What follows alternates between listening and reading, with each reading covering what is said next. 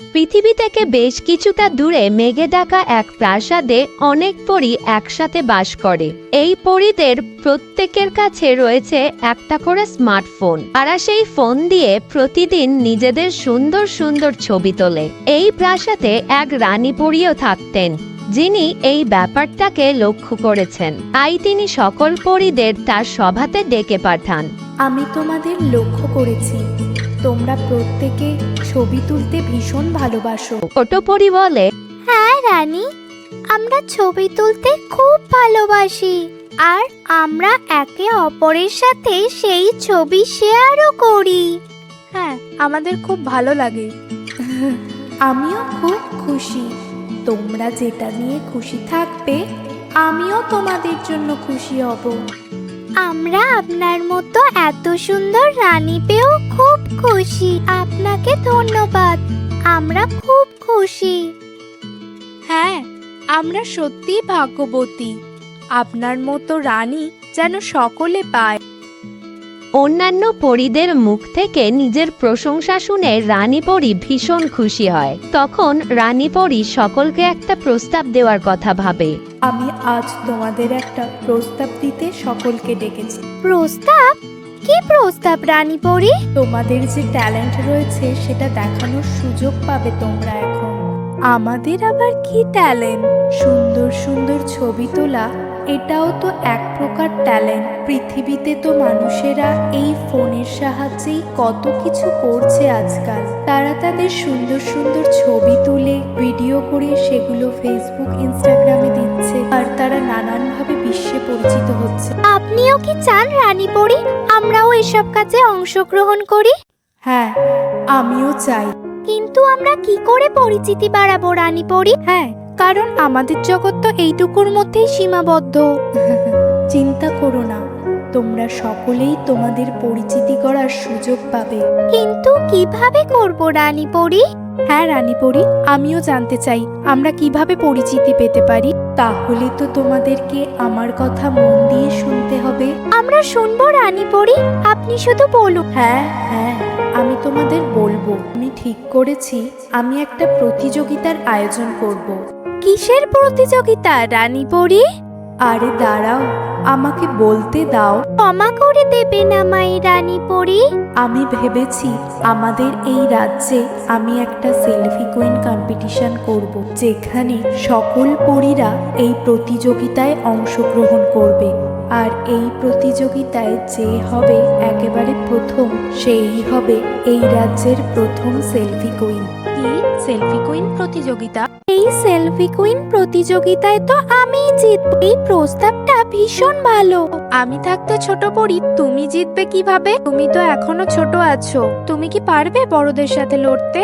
আমরা সেটা প্রতিযোগিতার শেষেই না হয় দেখব। এখন তোমরা যাও, প্রতিযোগিতার জন্য প্রস্তুত হও। রানী পরীর এই কথা শুনে সকল পরীরা যে যার কাজে লেগে পড়ে। তাদের কাছে সব থেকে সুন্দর যে পোশাকটা রয়েছে তারা সেটাই পরে নিজেদেরকে প্রস্তুত করে। পরীরা নিজেদেরকে সুন্দর দেখানোর জন্য মেকআপও করে। তারপর তারা বিভিন্ন জায়গায় গিয়ে নিজেদের সুন্দর সুন্দর ছবি তোলে। তারপর তারা তাদের ছবিগুলো এক এক করে রানী পরীর কাছে দিয়ে আসে। এবার সেই দিনটা এসে উপস্থিত হয় যেদিন রানী পরী পরীদের রাজ্যে সেলফি কুইন প্রতিযোগিতার বিজয়ীর নাম ঘোষণা করবেন।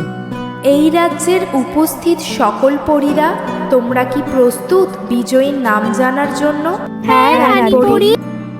তাহলে চলো তোমাদের ছবিগুলো দেখে নিই।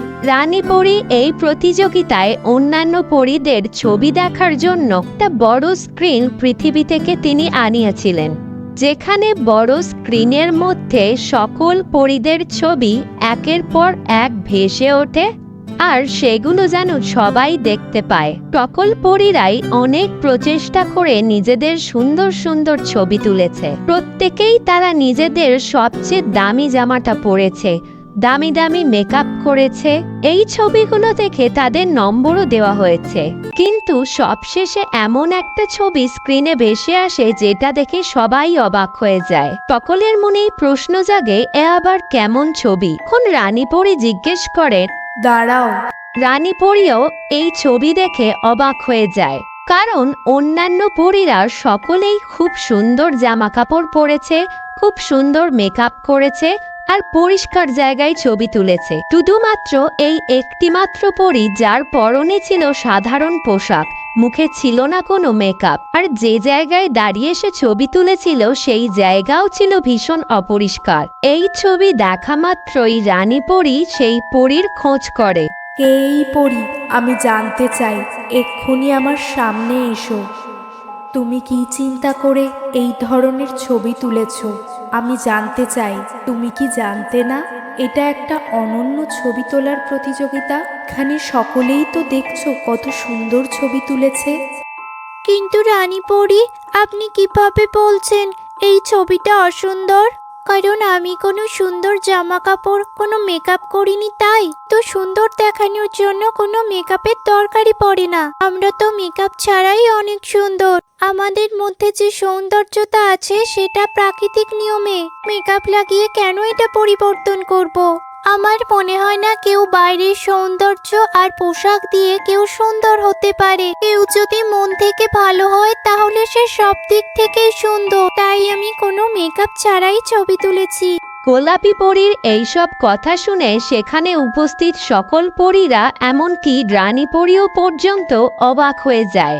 তখন রানী পরী সেই গোলাপি পরীকে আরও একটা প্রশ্ন জিজ্ঞেস করেন। ঠিক আছে, কিন্তু তুমি এই নোংরা জায়গাটাই কেন বেছে নিলে?